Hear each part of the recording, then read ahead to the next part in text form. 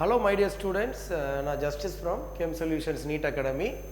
நம்ம இந்த NEET mark டெஸ்ட்டோட questions தான் டிஸ்கஸ் பண்ணிகிட்டு இருக்கோம். ஸோ அதில் வந்து 121 வரைக்கும் நம்ம டிஸ்கஸ் பண்ணியிருந்தோம். பார்ட் 4 வரைக்கும் டிஸ்கஸ் பண்ணியிருந்தோம். அந்த வீடியோஸ் அப்லோட் பண்ணியிருப்போம். இது பார்ட் 5 அப்படிங்கிற வீடியோவில் உங்களுக்கு வந்துடும். ஸோ இந்த 122 கொஸ்டின் நம்பர் 122 என்னன்றதை பார்த்துருவோம். Identify the incorrect statement. Incorrect statement வந்து கேட்குறாங்க. From the following. இதில் பாருங்க, cerium 4+ and terbium 4+ are oxidizing agent அப்படின்னு சொல்றாங்க. இது ரெண்டுமே ஆக்சிடைசிங் ஏஜென்ட். எஸ், ஏன்னா common and stable oxidation state of lanthanide series என்னன்னா +3 தான். ஏன்னா எல்லாமே காமன் ஆக்சிடேஷன் ஸ்டேட் 3 தான் ஃபார்ம் பண்ணும். அதை நம்ம டீட்டெயிலாக படித்தோன்னா தெரியும். எல்லாமே என்னதான் இது ரெண்டும் 4+ இருந்தாலும் 3+ மாற பார்க்கும். ரொம்ப ரொம்ப முக்கியம். ஈஸியாக 4+ ஃபார்ம் பண்ணுற இந்த லாந்தனைட் சீரீஸில் பார்க்குற 2 எலமெண்ட்னா இந்த சீரியம் டெர்பியம் தான் வரும். ரொம்ப இம்பார்ட்டன்ட். ஸோ இந்த சீரியம் 4+ அண்ட் டெர்பியம் 4+ இது ரெண்டுமே 3+ மாறும். அப்போ ரிடக்ஷன் நடக்கும். அப்போ இது ரெண்டுமே கண்டிப்பாக ஆக்சிடைசிங் ஏஜென்ட் தான். கிளியரா? இது ரெண்டுமே ஆக்சிடைசிங் ஏஜென்ட். அது மாதிரி யூரோப்பியம் 2+ அண்ட் இட்டர்பியம் 2+, இது ரெண்டுமே +3க்கு தான் போக பார்க்கும். கிளியரா? அப்போ உங்களுக்கு என்ன நடக்கும்னா ஆக்சிடேஷன் நடக்கும். ஏன்னா ஆக்சிடேஷன் நம்பர் என்ன ஆகும்? இன்க்ரீஸ் ஆகும். அப்போ இது ஆக்சிடேஷன் நடக்கும். ஸோ இது ரிடக்ஷன் நடக்கிறதுனால ஆக்சிடைசிங் ஏஜென்ட், இது ஆக்சிடேஷன் நடக்குது. ஏன்னா இதுவும் +3 நோக்கி தான் போகும். அப்போ ஆக்சிடேஷன் நடக்கிறதுனால இது ரெண்டு என்ன ஏஜென்ட்? Reducing agent. கரெக்டு தான். இந்த ஸ்டேட்மெண்ட் வந்து கரெக்ட். கேட்டது incorrect. Cerium 4+, terbium 4+ are oxidizing agent, while europium 2+ and ytterbium 2+ are reductant. ரிடக்டன்ட்னாலும் ரெடியூசிங் ஏஜென்ட்னாலும் ஒன்று தான். அது மாதிரி ஆக்சிடென்ட்னாலும் ஆக்சிடைசிங் ஏஜென்ட்னாலும் ஒன்று தான். அப்போ இது correct. The size of niobium and tantalum are similar due to lanthanide contraction. ஜென்ரலாக நம்ம என்ன படிப்போம்னா லாந்தனைட் கான்ட்ராக்ஷனால ஜிர்கோனியம் ஹாஃப்னியம் சைஸ் வந்து சிமிலராக இருக்கும். ஏன்னா இந்த எஃப் பிளாக் எலமெண்ட்ஸில் லாந்தனைட் கான்ட்ராக்ஷன் இருக்கும். இந்த எஃப் பிளாக் எலமெண்ட்ஸ் வந்து already present within d block. In old periodic table within d பிளாக்ல தான் அதோட எக்ஸாக்ட் பொசிஷன் அங்கே தான் இருந்துச்சு. அதனால அதுக்கு பேரே இன்னர் டிரான்சிஷன் எலமெண்ட். அப்போ அங்கே வச்சு பார்க்கும்போது அதோட கான்ட்ராக்ஷன் அதோட நெய்பரிங் எலமெண்ட் ஜிர்கோனியம் ஹாஃப்னியம் வரும்போது ஹாஃப்னியத்தை அஃபெக்ட் பண்ணும். அப்போ கான்ட்ராக்ஷன் ஹாஃப்னியத்தை அஃபெக்ட் பண்ணுறதுனால ஜிர்கோனியத்தை விட ஹாஃப்னியம் பெருசாக இருக்கணும். பட் அந்த கான்ட்ராக்ஷன் ஹாஃப்னியத்தில் அஃபெக்ட் பண்ணும். ஏன்னா இந்த லுட்டீஷியம் இருக்கு இல்லையா, லாந்தனைட் சீரீஸில் இருக்கக்கூடிய லுட்டீஷியம் வந்து இந்த அட்டாமிக் நம்பர் 71, ஹாஃப்னியம் வந்து 72. அந்த ஹாஃப்னியத்துக்கு பக்கத்தில் இருக்கும். அப்போ ஹாஃப்னியத்தை அஃபெக்ட் பண்ணி ஜிர்கோனியம் சைஸுக்கு ஈக்குவலாக போயிடும். அது மட்டும் கிடையாது, அந்த பீரியடில் இருக்க எல்லா எலமெண்ட்டும் அஃபெக்ட் ஆகும். இப்போ ஜிர்கோனியம் இப்போ டைட்டேனியம் ஜிர்கோனியம் ஹாஃப்னியம் இருக்குன்னா ஜிர்கோனியம் ஹாஃப்னியம் சைஸு சிமிலராக இருக்கும், ஆல்மோஸ்ட் சிமிலராக இருக்கும். அது மாதிரி வினேடியம் இருக்குன்னா நியோபியம் டாண்டலம் சிமிலராக இருக்கும். குரோமியம் இருக்குன்னா மாலிப்டினம் டங்ஸ்டன் சிமிலராக இருக்கும். மாலிப்டினத்தை விட டங்ஸ்டன் பெருசாக இருக்கணும். பட் டங்ஸ்டனில் அந்த கான்ட்ராக்ஷன் இருக்கிறதுனால சின்னதாகி ஈக்குவலாக போயிடும். ஸோ நம்ம ஜிர்கோனியம் ஹாஃப்னியம் மட்டும்தான் அது இருக்குன்னு நினச்சிட்டு இருக்கோம். நோ, சிபிஎஸ்சி புக்கில் டி பிளாக்ல அந்த கிராஃபே கொடுத்துருப்பாங்க பாருங்கள். 3D சீரீஸோட அதாவது 4D சீரீஸோட சைஸையும் 5D சீரீஸோட சைஸையும் அப்படியே மர்ச் பண்ணியிருப்பாங்க. ஒன்று மிங்கிள் பண்ணியே கொடுத்துருப்பாங்க. கிராஃப் தனித்தனியாலாம் பெருசு சின்னதுங்க ஒரே மாதிரி இருக்குன்னு காமிச்சிருப்பாங்க. அதுக்கு ரீசன் ஃபுல்லாகவே லாந்தனைட் கான்ட்ராக்ஷன். கரெக்டு தான். கேட்டது incorrect. The correct electronic configuration of gadolinium 4f7 5d1 6s2. இதுவுமே கரெக்டு தான். கடலோனியத்துக்கு நீங்கள் எலக்ட்ரானிக் கான்ஃபிகரேஷன் எழுதி பார்த்தீங்கன்னா உங்களுக்கு கரெக்டாக இருக்கும். இப்போ எடுத்தீங்கன்னா லாந்தனம்,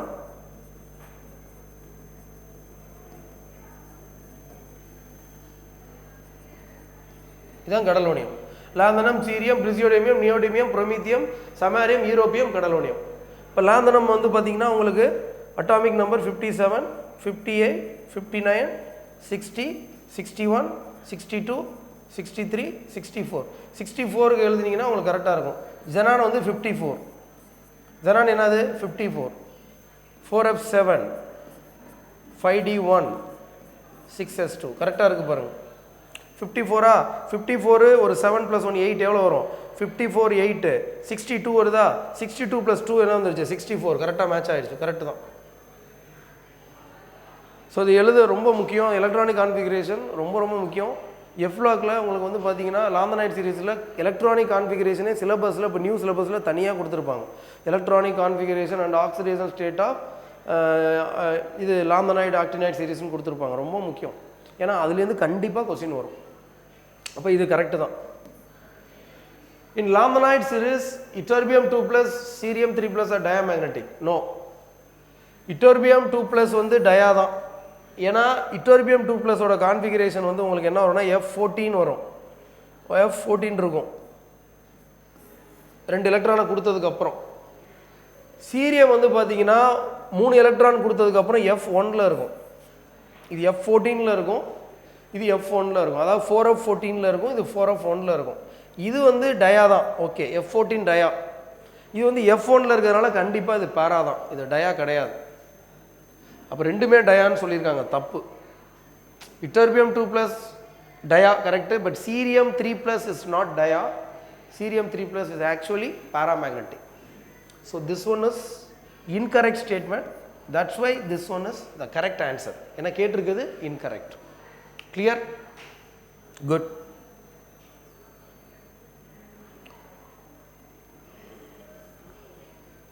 So next question பாருங்க. இது ஆக்சுவலாக P block 2லேருந்து கேட்டது 135. சார் இடையில வந்து பார்த்தீங்கன்னா உங்களுக்கு 122 வந்திருக்கும், அதுக்கப்புறம் 123 வரணும். பட் நான் 135க்கு போயிருப்பேன். அந்த 122லேருந்து 134 வரைக்கும் செக்ஷன் ஏல இருக்கக்கூடிய ஃபிசிக்கல் கெமிஸ்ட்ரி கொஸ்டின். இது அடுத்து வந்து உங்களுக்கு நாங்கள் டிஸ்கஸ் பண்ணுவோம். கிளியரா? இப்போ அந்த 135 என்னன்னு பார்த்துருவோம். இது P block 2. Gas X is obtained by the reaction of copper with dilute nitric acid. நல்லா கவனிச்சுக்கோங்க. காப்பர் இது முக்கியமான கான்செப்ட். P blockல உள்ள ரொம்ப ரொம்ப ரொம்ப இம்பார்ட்டண்டான ஒரு ரியாக்ஷன். ஒன்றும் இல்லை, காப்பர் எடுங்க. 2 கான்செப்ட் இருக்கு. Dilute nitric acid, concentrated nitric acid. Copper எடுத்து டைல்யூட் கான்சன்ட்ரேட்டட் நைட்ரிக் ஆசிட் போடுறீங்க. நீங்கள் டைல்யூட் போட்டிங்கனாலும் கான்சன்ட்ரேட் போட்டாலும் காப்பர் ஆக்சிடைஸ் தான் ஆகும். ஏன்னா இது ஆக்சிடைசிங் ஏஜென்ட். ஏன்னா HNO3 is oxidising agent. Nitrogen என்ன ஸ்டேட்டில் இருக்குது? +5.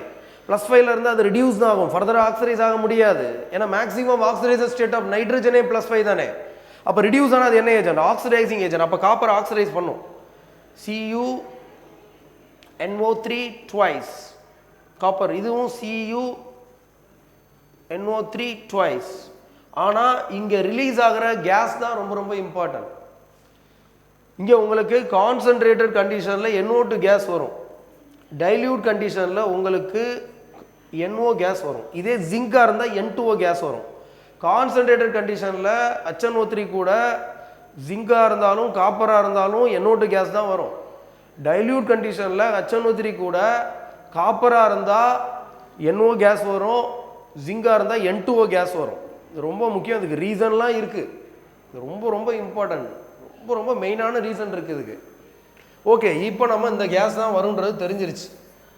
அப்போ எக்ஸ் என்ன? The gas X obtained by the reaction of copper with dilute. அப்போ dilute கண்டிஷனில் NO தான். அப்போ NO தான். அப்போ இந்த ஆப்ஷன் எடுத்துக்கலாம், இந்த ஆப்ஷன் எடுத்துக்கலாம். ஏன்னா எக்ஸ் வந்து NO ஃபார்ம் பண்ணியிருக்கு. ஓகே, இப்போ அடுத்து NO எடுக்கிறாங்க.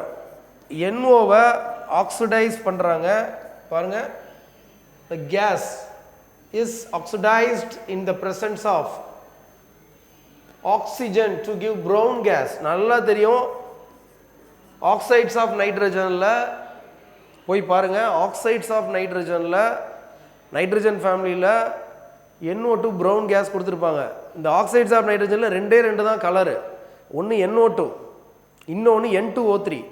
அது N2O3 ப்ளூ கலர் சாலிடாக இருக்கும். இது NO2 வந்து உங்களுக்கு ப்ரௌன் கேஸாக இருக்கும். கிளியரா?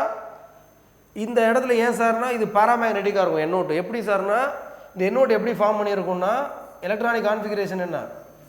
S2P3 இப்படி இருக்கும். NO2 ஸ்ட்ரக்சர் ஆக்சுவலாக இப்படி இருக்கும். N+O இப்படி இருக்கும். இந்த இடத்துல ஒரு எலக்ட்ரான் இருக்கும். அதுதான் பாராமேக்னெட்டிக். அதனால தான் இது டைமரைஸ் ஆகும், N2O4 மாறும் அப்படின்லாம் கொடுத்துருப்பாங்க புக்கில். ஏன்னா அது பேராமேக்னெட்டிக்காக இருக்குது, அன்ஸ்டேபிள், டைமரைஸ் ஆனால் ஸ்டேபிள் டயமேக்னெட்டிக் அந்த N2O4 மாதிரிலாம் கொடுத்துருப்பாங்க. கிளியராக? ஸோ அப்போ ஒரு அன்பேட் அப்படியே இருக்கும் இது மேலே. எப்படி சார்னா இந்த எலக்ட்ரானையும் ஆக்சிஜன் கொடுத்து தான் இந்த NO ஃபார்ம் பண்ணும், இந்த லோன் பேரை கொடுத்து தான் இந்த ஆக்சிஜன் ஃபார்ம் பண்ணும். இந்த எலக்ட்ரான் தான் அன்பேடாக இருக்கும். கோஆர்டினேட் பாண்ட், ஒரு பாண்ட் இதில் NO2ல இருக்குது, ஒன்று கோஆர்டினேட் பாண்ட். ரொம்ப ரொம்ப முக்கியம். அதனால் இது மேலே ப்ளஸ் சார்ஜ் இருக்கும். அதனால தான் NO2 ப்ளஸ்ம்பாங்க, லீனியர் ஸ்ட்ரக்சர்ம்பாங்க, SP ஹைப்ரிடைசேஷன்லாம் சொல்லுவாங்க. அந்த இது ரொம்ப ரொம்ப இம்பார்ட்டன்ட். கிளியரா? ஸோ இது வந்து பேராமேக்னெட்டிக் கலர் ப்ரௌன் கேஸ், ரொம்ப ரொம்ப முக்கியம். இந்த அன்பேட் எலக்ட்ரான் இருக்கிறதுனால அது கலராக இருக்கும். கிளியர்? ஸோ அப்போ இதான் கரெக்டாக கொடுத்துருக்காங்க. இந்த ப்ரௌன் கேஸ் கொடுத்ததெல்லாம் கிளியராக நம்ம படிக்கணும். ஸோ அப்போ NO ஆக்சரைஸ் பண்ணால் NO2 தான். இப்போ இந்த NO2 எடுத்து ஹைட்ரோலிசிஸ் பண்ணால் டிஸ்ப்ரப்போசினேஷன் ரியாக்ஷன் நடக்கும். ஒன்று ஆக்சிடை, இது என்ன ஸ்டேட்டில் இருக்குது? +4, ஆக்சிடைஸும் ஆகும் ரெடியூஸும் ஆகும். பாருங்க, the gas Y that react with water to give Z and X, திரும்ப X கிடைக்குது பாரு, Xம் கிடைக்குது Zம் கிடைக்குது. அப்போ நைட்ரிக் ஆசிடும் கிடைக்கும், Xம் கிடைக்கும், ஆக்சிடைஸ் ஆகும் ரெடியூஸும் ஆகும். கிளியரா? இதுதான் டிஸ்ப்ரப்போசினேஷன் ரியாக்ஷன். வாட்டர் மீடியத்தில் அது நடக்கும். சார் இது எல்லாமே புக்கில் இருக்குது. இது எப்போ சார் இருக்குன்னா, ஜிங்க் கூட டைல்யூட் ஆசிட் போட்டால் NO கேஸு, அது தனி ரியாக்ஷனாக இருக்கும். அந்த NO எடுத்து ஆக்சிடைஸ் பண்ணால் NO2 ஹைட்ரோலிசிஸ் பண்ணால் HNO3யும் NOவும் கிடைக்கும். இது எதில் சார் இருக்குது? ஆஸ்வால்டு ப்ராசஸ்னு ஒரு ப்ராசஸ் இருக்கும், நைட்ரிக் ஆசிட் ப்ரிப்பேர் பண்ணுற ப்ராசஸ். அதில் இந்த ரியாக்ஷன் கொடுத்துருப்பாங்க. எல்லாம் கம்பைன் பண்ணி தான் அப்படியே எடுத்திருக்காங்க. கிளியர்? குட், ரொம்ப இம்பார்ட்டன்ட். ஸோ அப்போ எந்த ஆப்ஷன் சார் மேட்ச் ஆகுது? X வந்து NO, Y வந்து NO2. பாருங்க, இதில் N2O5 வருது, அப்போ இது கிடையாது. ஸோ இதுதான் ஆன்சர். அடுத்து வந்து பார்த்தீங்கன்னா HNO3, Z வந்து HNO3. அப்போ கேட்குறது XYZ. அப்போ ஃபர்ஸ்ட் ஆப்ஷன்.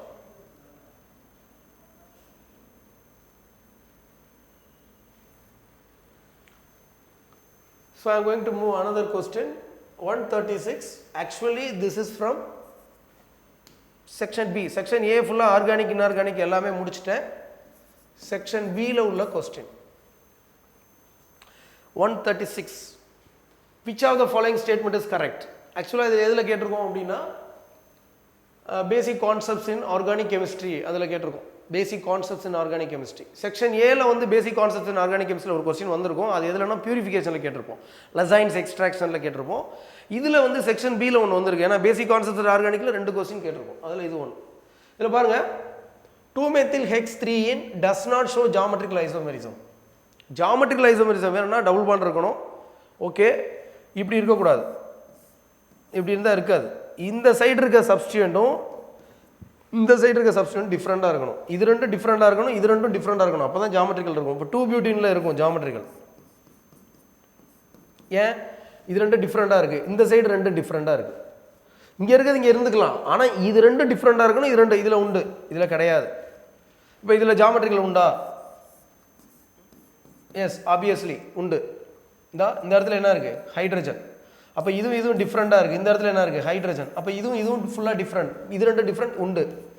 ஸோ இந்த ஐடியா வரணும். இப்போ இதில் ஜாமெட்ரிக்கல் இருக்குமா? இருக்காது. ஏன்னா இது ரெண்டும் சேமாக இருக்குது, இருக்காது. இந்த சைடு டிஃப்ரெண்ட்டாக இருக்குது, ஓகே, இது ரெண்டும் டிஃப்ரெண்ட், பட் இந்த சைடும் டிஃப்ரெண்ட்டாக இருக்கணும். ஸோ இதுதான் ஐடியா. ஸோ இந்த ஐடியா இதில் இருக்கான்னு பாருங்கள். கொடுத்துருக்க ஸ்ட்ரக்சர் என்ன? 2-methyl-hex-3. ஃபஸ்ட்டு hex-3 போட்டுக்கோங்க. இந்த hex-3 2-methyl-hex-3 இருக்கும். இது hex-2 2-methyl-hex-2 இருக்காது. இது வந்து 2-methyl-hex-3 பாருங்க. 1 2 3 4 5 6 2-methyl-hex-3 உண்டு. எப்படி சார்? இந்த இடத்துல ஒரு ஹைட்ரஜன் இருக்கா? ஹைட்ரஜன் வேற, இது வேற. இது ஐசோப்ரோபைல். ஆக்சுவலாக அது ஐசோப்ரோபைல் குரூப். இது வேற, ஹைட்ரஜன் வேற. இங்கே எத்தில் வேற, ஹைட்ரஜன் வேற. ஸோ நாலுமே டிஃப்ரெண்டாக இருக்கு. அப்போ கண்டிப்பாக உண்டு. அப்போ இது கரெக்ட் ஸ்டேட்மெண்ட். கேட்டது கரெக்டு. இது டஸ் நாட் ஷோ சொல்லியிருக்காங்க. டஸ் நாட் ஷோ பாருங்க, கேர்ஃபுல்லாக இருக்கணும். டஸ் நாட் ஷோ, அப்போ தப்பான statement. 2-methyl-hex-3 does not show geometrical. ஆக்சுவலாக அதில் இருக்குது பாருங்க, ஜாமெட்ரிக்கல் இருக்குது. இங்கே ரெண்டு டிஃப்ரெண்டாக இருக்குது, அங்கே ரெண்டு டிஃப்ரெண்டாக இருக்குது. அப்போ அது தப்பு. அடுத்து second one, N-pentyl chloride and neopentyl chloride are position isomer. First இது ஐசோமரான்னு செக் பண்ணுவோம். இதுதான் neopentyl chloride. காமன் நேம் கொடுத்துருக்காங்க. இது N-pentyl chloride. One second. இது நியோபெண்டைல் குளோரைட், இது என் பெண்டைல் குளோரைட். என்னன்னா ஸ்ட்ரெயிட் செயினாக இருக்கணும். இப்போ இது ரெண்டுலேயும் வந்து பாருங்கள் ஜாமெட்ரி, இது ரெண்டுமே என்ன ஐசோமர் சொல்லியிருக்காங்க, n pentyl chloride and neopentyl chloride are position isomer சொல்லியிருக்காங்க. பொசிஷன் ஐசோமர்னா குளோரினோட பொசிஷன் மாறணும், மாறலை. ஐயூபேக் கொடுத்து பாருங்கள், இது 1 குளோரோ 2,2 டைமெத்தில் ப்ரோபேன், இதுவும் 1 குளோரோ தான், 1 குளோரோ பென்டேன், இதுவும் 1 குளோரோ 1 குளோரோ. புரியுதா? பொசிஷன் மாறினா தான் பொசிஷன் ஐசோமர். குளோரினோட பொசிஷன் மாறல. ஆக்சுவலாக அது செயின் ஐசோமர். கார்பன் செயின் மாறி இருக்கு. ஸ்ட்ரெயிட் செயினாக இருந்தால் பிரான்ச்சாக மாறி இருக்கு. கார்பன் செயினில் தான் வேரியேஷன் இருக்கு. So these two are chain isomer. Structural changes due to chain, not position. அப்போ அவங்க பொசிஷன் சொல்லியிருக்காங்க, தப்பு. இதுவும் தப்பு, இதுவும் தப்பு. தேர்ட் ஒன் பாருங்க. The boiling point of cis-butene greater than trans-butene. Boiling point வந்து இது cis-butene, எல்லாமே ஐசோமெரிசத்தில் உள்ள கொஸ்டின்மா இது எல்லாமே. இது trans-butene. பாயிலிங் பாயிண்ட்டுக்கு டைபோல் மூமெண்ட் அதிகமாக இருந்தால் பாயிலிங் பாயிண்ட் அதிகமாக இருக்கும். டிரான்ஸுக்கு கேன்சல் ஆகிடும் ஆப்போசிட்டில் இருக்கிறதுனால. மியூ ஈக்குவல் டு 0, இதில் mu not equal to 0. So boiling point இதுக்கு தான் அதிகம். கரெக்ட், இதுதான் கரெக்ட் ஸ்டேட்மெண்ட். இதே மெல்டிங் பாயிண்ட் டிரான்ஸுக்கு அதிகமாகும். மெல்டிங் பாயிண்ட்டுக்கு ஸ்டெபிலிட்டி பார்க்கணும். டிரான்ஸ் மோர் ஸ்டேபிள் தென் சிஸ், ஆப்போசிட்டில் இருக்க ரிப்பல்ஷன் இருக்காது. ரொம்ப ரொம்ப முக்கியமான கான்செப்ட்டுமா. பார்த்து பார்த்து நாங்கள் கொஸ்டின் எடுத்துருக்கோம். எதெல்லாம் இம்பார்ட்டண்டான கான்செப்ட், எதுலலாம் கேட்க கொஸ்டின்ஸ் நிறைய சான்சஸ் இருக்கோ அதை தான் நாங்கள் எடுத்துருக்கோம். ஏன்னா நீட் பேப்பர்ஸ்லாம், ப்ரீவியஸ் இயர் பேப்பர்ஸ்லாம் கொஞ்சம் எடுத்து எங்கள் கொஸ்டின் பேப்பர் கூட பக்கத்தில் வச்சு கொஞ்சம் கம்பேர் பண்ணி பாருங்கள். பார்த்தீங்கன்னா உங்களுக்கு கிறிஸ்டல் கிளியராக ஐடியா கிடைக்கும். அடுத்து பாருங்கள், fourth one, tertiary carbanion more stable than primary. No, primary தான் more stable. Carbocation தான் tertiary more stable. Carbanion பொறுத்த வரையும் primary தான் more stable. ஏன்னா கார்பேனியான்ல வேக்கண்ட் ஆர்பிட் இருக்காது, sp3 இருக்கும். கார்போகேட்டையான் sp2 வேக்கண்ட் ஆர்பிட் இருக்கும். அதோட எலக்ட்ரான் லவர் கார்போகேட்டையான், அப்போ இழுக்கும், இண்டக்டிவ் எஃபெக்ட் மூலமாக ஸ்டெபிலைஸ் பண்ணும். பட் இங்கே sp3 வேக்கண்ட் ஆர்பிட்டே இல்லை, அப்போ இண்டக்டிவ் எஃபெக்டே இருக்காது, ஹைப்பர் கான்ஜுகேஷன் எஃபெக்டே இருக்காது. இது ஹைப்பர் கான்ஜுகேஷன் இருக்குன்னு சொல்லியிருக்கேன். Due to more hyperconjugation இருக்காது. இருந்தால் ரிப்பல்ஷன் ஆயிரும். மோர் இண்டக்டிவ் எஃபெக்டோ அது ஹைப்பர் கான்ஜுகேஷனோ அதில் வந்துச்சுன்னா ரிப்பல்ஷன் ஆயிரும். என்ன கேட்டால் 0 ஹைப்பர் கான்ஜுகேஷன். இதே கார்போகேட்டையானா இருந்தால் 9 ஹைப்பர் கான்ஜுகேஷன் வரும், இதுக்கு 3 வரும். அப்போ அது மோர் ஸ்டேபிளாக இருக்கும், டெர்ஷரி. பட் இதை பொறுத்த வரையும் கார்பேனியானை பொறுத்த வரைக்கும் பிரைமரி தான் மோர் ஸ்டேபிள், டெர்ஷரி மோர் ஸ்டேபிள் கிடையாது. பட் இங்கே ஏன்னா டெர்ஷரியில் எலக்ட்ரான் இண்டக்டிவ் எஃபெக்ட் வரும்போது ரிப்பல்ஷன் அதிகமாகிடும். ஏன்னா ஆல்ரெடி அதில் நெகட்டிவ் சார்ஜ் இருக்கு, அப்படியும் எடுத்துக்கலாம். வேக்கண்ட் ஆர்பிட்டே இல்லையே, எப்படி ஓவர்லேப் நடக்கும்? Not possible. So tertiary carbanion more stable than primary carbanion. இதுவே தப்பு தான். Due to more number of hyperconjugation in tertiary. ஹைப்பர் கான்ஜுகேஷனே கார்பேனியானில் இருக்கவே இருக்காதுமா. பீட்டா ஹைட்ரஜன் இருந்தாலும் ஹைப்பர் கான்ஜுகேஷன் இருக்காது. கிளியராக இருக்கா? அப்போ இதுவும் தப்பு. சார் அப்போ கரெக்ட் ஸ்டேட்மெண்ட் அப்படின்னு பார்க்கும்போது தேர்ட் ஒன் தான் கரெக்ட், மற்ற எல்லாம் தப்பு. கிளியர்? குட். ஸோ அடுத்த கொஸ்டின் இப்போ பார்த்துட்டு இருக்க செக்ஷன் பியில் பார்க்குறோம். ஏன்னா 135க்கு மேலே உள்ளதெல்லாம் செக்ஷன் பி தானே. ஸோ இதில் ஆர்கானிக் இன்ஆர்கானிக் பார்த்துட்டு இருக்கோம். அடுத்து ஃபிசிக்கலும் உங்களுக்கு வரும், ஃபிசிக்கலும் டிஸ்கஸ் பண்ணுவோம். So identify the products that contain only sp2 carbon. அதாவது கிடைக்கிற ப்ராடக்டில் உங்களுக்கு sp2 கார்பன் மட்டும்தான் இருக்கணும். எதில் இருக்குன்னு கேட்குறாங்க. நமக்கு தெரியும் என்சிஆர்டிலே இருக்குது. இது ஃபீனால்லையும் படிச்சிருப்போம், ஹைட்ரோ கார்பன்லேயும் இருக்குது.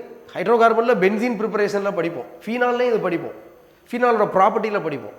ஃபீனாலிக் காம்பவுண்ட் எடுத்து, ஃபீனாலிக் காம்பவுண்ட் தான், ஃபீனாலிக் காம்பவுண்ட், ஆல்கோஹாலுக்குலாம் அது அப்ளிகபிள் கிடையாது. ஃபீனாலிக் காம்பவுண்டை எடுத்து, அல்லது கார்பாக்சிலிக் ஆசிடுக்கும் அது அப்ளிகபிள் கிடையாது. ஃபீனாலிக் காம்பவுண்டில் உள்ள OH வந்து, ஃபீனாலிக்னா பென்சீனில் டைரெக்டாக OH இருக்கணும். ஜிங்க் டெஸ்ட் போட்டால் இந்த ZNO வெளில போயிடும். அப்போ ZNO வந்து வெளில போயிடும். ஸோ வெளில போச்சுன்னா உங்களுக்கு டொலுவின் கிடைக்கும். ஆக்சுவலாக ஃபீனால் எடுத்தால் பென்சின் கிடைக்கும், இங்கே ஒரு மெத்தில் இருக்கிறதுனால டொலுவின் கிடைக்கும். இது எல்லாமே sp2 கார்பன் தான். ஆனால் இது வந்து sp3 கார்பன். ஆனால் என்ன சொல்லியிருக்காங்க, the product that contain only sp2. அப்போ அது தப்பு. இதான் மேஜர் ப்ராடக்ட். sp3 வந்துருச்சு, sp2 தப்பு. இது வந்து பார்த்தீங்கன்னா என்சிஆர்டியில் ஹைட்ரோ கார்பனில் இருக்கும், என்சிஆர்டியில் ஹைட்ரோ கார்பனில் இருக்கும். இது எல்லாமே ஹைட்ரோ கார்பன் கொஸ்டின் தான். ஏன்னா அது ஹைட்ரோ கார்பனில் இருக்குது. ஜிங்க் டெஸ்ட் ரியாக்ஷன் ஹைட்ரோ கார்பனில் இருக்குது, வினேடியம் பென்டாக்சைடு போட்டோம்னா நடக்கும் அரோமேட்டிசேஷன் ஒரு கான்செப்ட் இருக்கும். அல்கேன் எடுத்து இப்போ ஹெக்ஸேன் எடுத்து வினேடியம் பென்டாக்சைடு இஸ் ஆக்சிடைசிங் ஏஜென்ட், நமக்கு தெரியும். வினேடியம் +5 இருக்குது, ரிடியூஸ் ஆகும். ஹையஸ்ட் ஆக்சிடைசேஷன் ஸ்டேட்டே வினேடியம்க்கு இது +5 3D3 4s2. அப்போ 5ஐயுமே கொடுத்துருச்சு. அப்போ ரிடியூஸ் தான் ஆக முடியும் ஆக்சிடைசிங் ஏஜென்ட். கான்டாக்ட் ப்ராசஸில் வினேடியம் பென்டாக்சைடு என்ன யூஸ் பண்ணுவோம்? SO2 SO3 மாற்ற ஆக்சிடைசிங் ஏஜென்ட்டாக தானே யூஸ் பண்ணுவோம். அது மாதிரி இது ஆக்சிடைசிங் ஏஜென்ட். இப்போ ரிடக்ஷன்னா டபுள் பாண்ட் என்ன பாண்டாக மாறும்? சிங்கிள் பாண்டாக மாறும். ஆக்சிடேஷனா என்ன நடக்கும்? சிங்கிள் பாண்ட் டபுள் பாண்டாக மாறும். அப்போ என்ன நடக்கும்னா இந்த இடத்துல ரேடிக்கல் நடக்கும். CH பாண்ட் பிரேக் ஆகி ஒரு டாட் ஃபார்ம் பண்ணும், இங்கே ஒரு டாட், இது அப்படியே க்ளோஸ் ஆகும். அப்போ ரிங் 6 மெம்பர் ரிங் வந்துடும். ஒரு மெத்தில் வெளில இருக்கும். ஏன்னா 6 கார்பன் இருந்தால் சைக்ளோ எக்ஸேன் வரும். இங்கே எத்தனை கார்பன் இருக்குது? 7 கார்பன். அப்போ ஒரு மெத்தில் வெளில இருக்கும். இருந்துட்டு அதுக்கப்புறம் அரோமேட்டிசேஷன் நடக்கும். எப்படி சார்? இந்த ஹைட்ரஜன்லாம் அப்படி எலக்ட்ரானை கொடுத்து டபுள் பாண்டாக ஃபார்ம் பண்ணும். ஃபுல்லாக எல்லா ஹைட்ரஜனும் லீவ் ஆகும், வெளில போகும். அடிஷன் ஆஃப் ஹைட்ரஜன் தானே reduction, removal of hydrogen oxidation. அப்போ டொலுவின் கிடைக்கும். இங்கேயும் டொலுவின் தான் கிடைக்கும். 2 ரியாக்ஷனுமே பாருங்கள் NCERTயில் ஹைட்ரோ கார்பனில் இருக்கும். இது பென்சீனில் இருக்கும். இது வந்து பார்த்திங்கன்னா அல்கேனோட கெமிக்கல் ரியாக்ஷன்ஸில் இது இருக்கும். ஸோ அப்போ இதுலேயே இது எல்லாமே sp2 தான், ஆனால் இது sp3. அப்போ இதுவும் கிடையாது, ஏன்னா ஒன்லி sp2 கேட்டிருக்காங்க. இதே எடுங்க, இது வந்து ஹைட்ரோ கார்பனில் அல்கைனோட ப்ராப்பர்ட்டியில் இருக்கும். இதுக்கு பேர் ஆக்சி மெர்குரேஷன், டிமெர்குரேஷன் ஆர் ஹைட்ரேஷன் சொல்லுவோம். என்ன ஆகுனா ஒரு சைடு OH ஆட் ஆகும், இன்னொரு சைடு H ஆட் ஆகும். உங்களுக்கு ட்ரிபிள் பாண்ட் டபுள் பாண்டாக மாறும். இப்படி மாறும். ஒரு சைடு H, இன்னொரு சைடு OH. இதுக்கு பேர் ஈனால் ஃபார்ம். ஈனால் ஃபார்ம் கீட்டோ ஃபார்மாக மாறும். இதுக்கு பேர் டோட்டோமெரிசம். கீட்டோ ஈனால் டாட்டாமெரிசம் சொல்லுவோம். ஏன்னா கீட்டோ ஃபார்ம் தான் மோர் ஸ்டேபிள் ஈனால் ஃபார்மை விட. சார் ஈனால் ஃபார்ம் எப்போ சார் ஸ்டேபிளாக இருக்கும்? ஈனால் ஃபார்ம் மாறினதுக்கப்புறம் அந்த OH போய் ஹைட்ரஜன் பாண்டிங்னால ஸ்டெபிளைஸ் ஆகுதுன்னா ஈனால் ஃபார்ம் ஸ்டேபிளாக இருக்கும். அல்லது அரோமேட்டிக் கேரக்டர் அட்டைன் பண்ணுதுன்னா ஈனால் ஃபார்ம் ஸ்டேபிளாக இருக்கும். ஒரு ஸ்டெபிலிட்டி அட்டைன் பண்ணுச்சுன்னா ஈனால் ஃபார்ம் ஸ்டேபிள். மற்றபடி எல்லா கேஸ்லையும் கீட்டோ தான். கண்டிப்பாக அது கீட்டோ ஃபார்முக்கு மாறும். இது கீட்டோ ஃபார்ம் மாறுனுச்சுன்னா என்ன ஆகும்? இது இங்கே வரும், இந்த பை பாண்ட் இந்த H+ பிக்கப் பண்ணும். அப்போ என்ன ஆகிடும்? CH3 C+H. பாருங்க, இது sp3 கார்பன், இது sp2 தான். பட் இது வந்து sp3. அப்போ இதுவும் கிடையாது, ஒன்லி sp2 சொல்லியிருக்காங்க. அப்போ 4th ஆப்ஷன் தான் ஆப்வியஸ்லி. சார் இது எங்கே சார் இருக்கு? இது வந்து ஹைட்ரோ கார்பனில் அல்கேனில் கண்ட்ரோல்டு ஆக்சிடேஷன் ஒன்று இருக்கும். 4 ஆக்சிடைசிங் ஏஜென்ட் இருக்கு. மொத்தம் 4 ஆக்சிடைசிங் ஏஜென்ட் கொடுத்துருப்பாங்க. ஒன்று நல்லா செக் பண்ணி பாருங்க, காப்பர் அட் 573 கெல்வின்னு கொடுத்துருப்பாங்க. அல்கேனோட ப்ராப்பர்ட்டியில் காப்பர் அட் 573 கெல்வின் ஒரு ரியேஜன் கொடுத்துருப்பாங்க. ரெண்டாவது ரியேஜன் மாலிப்டினம் ஆக்சைடு, மூணாவது ரியேஜன் மேங்கனீஸ் அசிட்டேட் கொடுத்துருப்பாங்க. நாலாவது ரியேஜன் KMnO4 கொடுத்துருப்பாங்க. Controlled oxidation. இந்த 4 ரியேஜன் ரோல் தெரியணும். ஒரு அல்கேனை எடுத்து காப்பர் அட் 573 போட்டால் ஆல்கஹாலோட ஸ்டாப் ஆகிடும். இது ரொம்ப மைல்டு ஆக்சிடைசிங் ஏஜென்ட். இதை விட இது கொஞ்சம் ஸ்ட்ராங்கு. அப்போ ஆல்கஹால் ஆக்சிடைஸ் பண்ணா ஆல்டிகைட். அப்போ ஒரு அல்கேன் எடுத்து காப்பர் போட்டால் ஆல்கஹாலோட ஸ்டாப் ஆகிடும். அல்கேனில் இது அல்கேனோட ப்ராப்பர்ட்டி. இதே ஒரு அல்கேன் எடுத்து மாலிப்டினம் ஆக்சைடு போட்டால் ஆல்டிகைட் வரைக்கும் போகும். மேங்கனீஸ் அசிட்டேட் போட்டால் ஆசிட் வரைக்கும் போகும். இந்த KMnO4 என்ன பண்ணணும்னா டெர்ஷரி ஹைட்ரஜனை மட்டும் ஆல்கஹாலாக மாற்றும். ரொம்ப முக்கியம். இந்த 4 ரோல் கிளியராக படிச்சிருங்க. ஆர்கானிக் கெமிஸ்ட்ரியில் ரியேஜன் ரோல் படிங்க. ஒரு 4 தடவை ரியாக்ஷன் எழுதி பார்த்து ஞாபகம் வச்சிங்கன்னா ஈஸியாக ஸ்டோர் ஆகிடும். ரொம்ப ஈஸியாக சப்கான்ஷியஸில் போய் ஸ்டோர் ஆகிற சப்ஜெக்ட்னா அது ஆர்கானிக் தான். இட்ஸ் லைக் ஆப்டிடியூட் மாதிரி தான் இருக்கும் ஆர்கானிக்லாம். ரொம்ப ரொம்ப ஈஸி. அதை படிக்கிற அந்த மெத்தடில் கரெக்டாக படித்தோன்னா ரொம்ப ரொம்ப ஈஸி. அப்போ இங்கே என்ன இருக்குது? ஒரு அல்கேன் என்ன மாதிரி இருக்குது? மாலிப்டினம் ஆக்சைடு போட்டிருக்காங்க. அப்போ இந்த ப்ராடக்ட் வருமா, அல்லது ஆல்டிகைடாக மாறுமா, அல்லது ஆசிடாக மாறுமா? எந்த ப்ராடக்ட் வரும்? KMnO4 டெர்ஷரி ஹைட்ரஜனை தான் பண்ணும். இல்லை டெர்ஷரி ஹைட்ரஜனே இல்லை. அப்போ இது வந்து பாருங்கள் sp3 கார்பன் இருக்குது. இந்த ப்ராடக்டே வராது ஃபஸ்ட்டு. இந்த ப்ராடக்ட்டும் வராது. ஏன்னா இது வந்து என்ன சொல்லியிருக்கேன், ஒரு அல்கேனில் மாலிப்டினம் ஆக்சைடு போட்டால் காப்பர் போட்டால் ஆல்கோஹால் இந்த ப்ராடக்ட் வரும். இது போட்டால் இந்த ப்ராடக்ட் வரும். இது போட்டால் இந்த ப்ராடக்ட். KMnO4 டெர்ஷரி ஹைட்ரஜனை மட்டும் தான் ஆல்கஹாலை மாற்றும். அல்கேனில் அதுக்கு ஏகப்பட்ட ப்ராப்பர்ட்டி இருக்குது. ஆல்கஹால் ஆக்சிடைஸ் பண்ணும், ஏகப்பட்ட ப்ராப்பர்ட்டி இருக்குது. பென்சிலிக் ஹைட்ரஜன் ஆசிடாக மாற்றும். இதில் அல்கேனுக்கு டெர்ஷரி ஹைட்ரஜன் இருந்தால் அந்த டெர்ஷரி ஆல்கஹாலாக மாற்றும், இல்லைன்னா ரியாக்ட் ஆகாது. ஸோ இந்த ரோல் அப்போ ப்ராடக்ட் படி பார்த்தா இதான் ப்ராடக்ட். இதில் பாருங்கள் sp2 கார்பன் இருக்குது. இந்த கார்பன் sp2. கார்பனை சுற்றி 4 பாண்டு, ஒரு பாண்ட் பை பாண்ட் இருக்கா? கார்பனை சுற்றி 4 பாண்ட் இருந்தால் sp3. பை பாண்ட் வந்தால் அதை சேர்க்கக்கூடாது ஹைப்ரிடைசேஷனுக்கு. ஏன்னா பை பாண்டுக்கு we need a pure orbit. Pure ஆர்பிட்டை ஹைப்ரைட் ஆர்பிட்னு சொல்லக்கூடாது. அதனால தான் ஹைப்ரிடைசேஷனுக்கு பை பாண்டை சேர்க்க மாட்டோம். இதெல்லாம் கெமிக்கல் பாண்டிங்கில் கிளியராக படிப்போம். ஸோ அப்போ உங்களுக்கு இங்கே கிடைக்கக்கூடிய ப்ராடக்ட் வந்து ஃபார்மால்டிஹைட் கிடைக்குது. Formaldehyde that contains sp2 carbon. So that is the answer. So crystal கிளியராக நான் எக்ஸ்பிளைன் பண்ணிகிட்டு இருக்கேன், நல்லா புரியும்னு நினைக்கிறேன். I am going to move another one.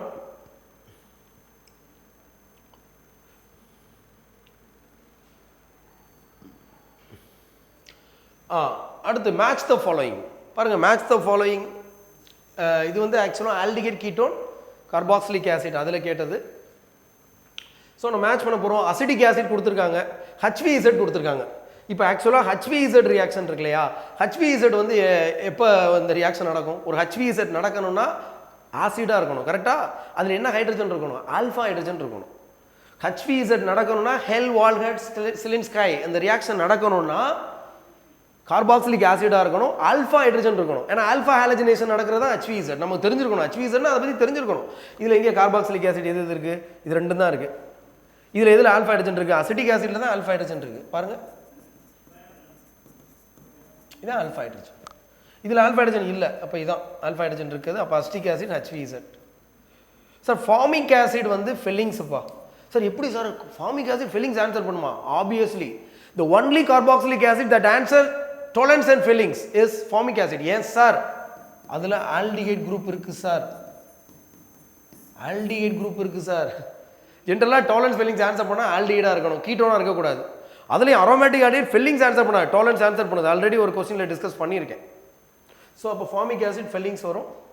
So benzaldehyde நமக்கு வந்து டிஸ்ப்ரப்போசினேஷன், ஏன்னா கன்னிசாரோ ரியாக்ஷன். கன்னிசார் ஒன்று ஆக்சிடைஸ் ஆகும், ஒன்று ரிடியூஸ் ஆகும். அதில் ஆல்ஃபா ஹைட்ரஜன் இல்லை, இங்கே கன்னிசாரோன்னு கொடுத்துருக்கணும். கொஞ்சம் டிஸ்ப்ரப்போசினேஷன் ஒன்று தெரியணும். Cannizzaro is disproportionation. ஏன்னா ஒன்று பென்சோயிக் ஆசிடாக மாறும், ஒன்று பென்சைல் ஆல்கஹாலாக மாறும். அசிட்டோன் வந்து சோடியம் ஹைப்போ அயோடைட். இதோட ஃபார்முலா என்னன்னா NaOI. இதை தான் நம்ம ஹேலோ ஃபார்முக்கு யூஸ் பண்ணுவோம், NaOH(I2)ன்னு யூஸ் பண்ணுவோம். இதுதான் ஹேலோ ஃபார்மை தான் அப்படி கேட்டிருக்கோம். ஹேலோ ஃபார்ம் தான் அப்படி கேட்டிருக்கோம். Sodium hypoiodite is haloform reaction. அப்போ உங்களுக்கு தெரியணும் சோடியம் ஹைப்போஹைட்ரேட் யூஸ் பண்ணாவே அப்போ வந்து NaOH(I2), அப்போ அது ஹாலோஃபார்ம் தான் அப்படிங்கிறது உங்களுக்கு கிளியராக தெரியணும். அப்போ அசிட்டோன் ஹாலோஃபார்ம் போகும் சார். ஏன் சார் மற்றதெல்லாம் போவாதா? போவாது. ஹாலோஃபார்ம் போகணும்னா ஆல்டிஹைட் அதில் கீட்டோனாக இருக்கணும் கண்டிப்பாக. அதில் மெத்தில் கீட்டோன் இருக்கணும், மெத்தில் கீட்டோன் தான் இருக்குது பாருங்கள். ஸோ இதை ஆன்சர் பண்ணும். ஸோ அப்போ உங்களுக்கு அசிட்டோனுக்கு இது. ஸோ எந்த ஆப்ஷன் மேட்ச் ஆகுது? 1க்கு எஸ், 1க்கு எஸ். இங்கே மட்டும்தான் இருக்குது, இது ஒரே ஒரு ஆப்ஷன் தான் இருக்குது, 1க்கு எஸ். அழகாக இது மட்டும் தெரிஞ்சாவே நம்ம போட்டுடலாம். மேட்ச் த ஃபாலோயிங்கில் இதுதான் பியூட்டிஃபுல்லான விஷயம். இதுதான் ஈஸியாக கண்டுபிடிக்கலாம் நம்ம. மேட்ச் த ஃபாலோயிங்கில் கேட்டால் அசால்ட்டாக அட்டன் பண்ணிடலாம். அப்போ 1க்கு எஸ்ஸு, 2க்கு R கரெக்டாக இருக்குது பாருங்கள், 3க்கு P, 4க்கு Q கரெக்டாக மேட்ச் ஆகும். கிளியர்?